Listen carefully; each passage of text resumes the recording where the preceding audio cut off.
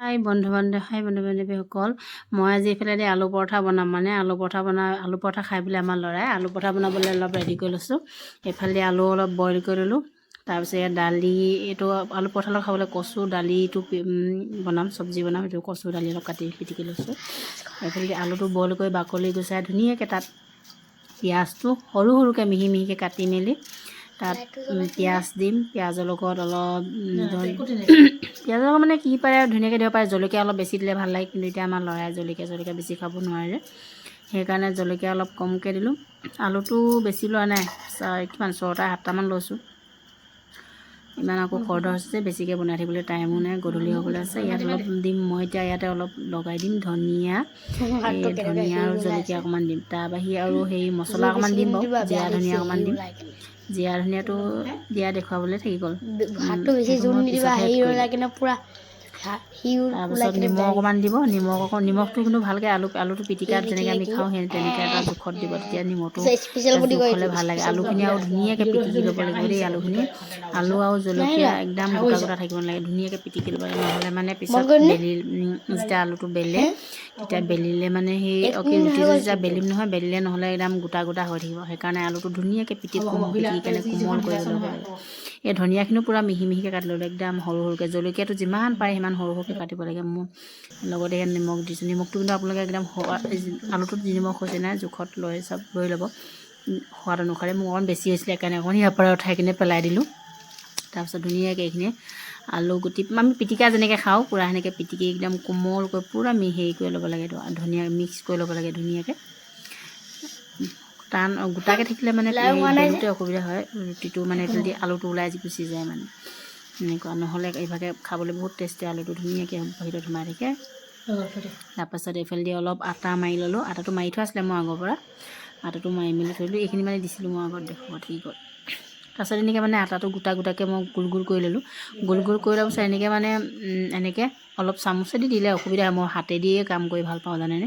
সেই হাতেদি অলপ এনেকৈ ভৰাই দিলোঁ। তাৰপিছত এনেকৈ ভৰাই কিনি তাৰপিছত এনেকৈ এইটো মুখনিটো মাৰি দিব লাগিব, নহ'লে আলুটো ওলাই যাব। এইটো মুখনিটো ভালকৈ মাৰিব লাগে, নহ'লে বহলি যায় আলুটো বেলোতে।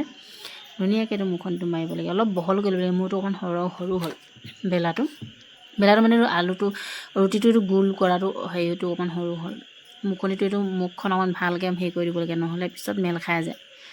এইটো এনেকৈ কৰি মই গোটেইখিনি এটা এটা কৰি গোটেইখিনি বনাই ল'লোঁ। প্ৰথমে এনেকৈ কৰি লৈছোঁ, অকলে যে অসুবিধা হয়, নহ'লে মই এফালে বনালে সেইফালে বনাই যাব পৰা হয়। কিন্তু অকলে কাম কৰি থকা, সেইকাৰণে দেৰি হয় বুলি সেইটো প্ৰথমে লাডুখিনি গোটেইখিনি এটাকৈ গোটেই লাডুখিনি বনাই ল'লোঁগৈ। এই দেখিছেনে, এনেকৈ ধুনীয়াকৈ কৰিব বহলকৈ, অলপ বহলকৈ ডাঙৰ কৰি দিলে ভাল, তেতিয়া এইটো পিছত আলুটো ওলাই নাযায়।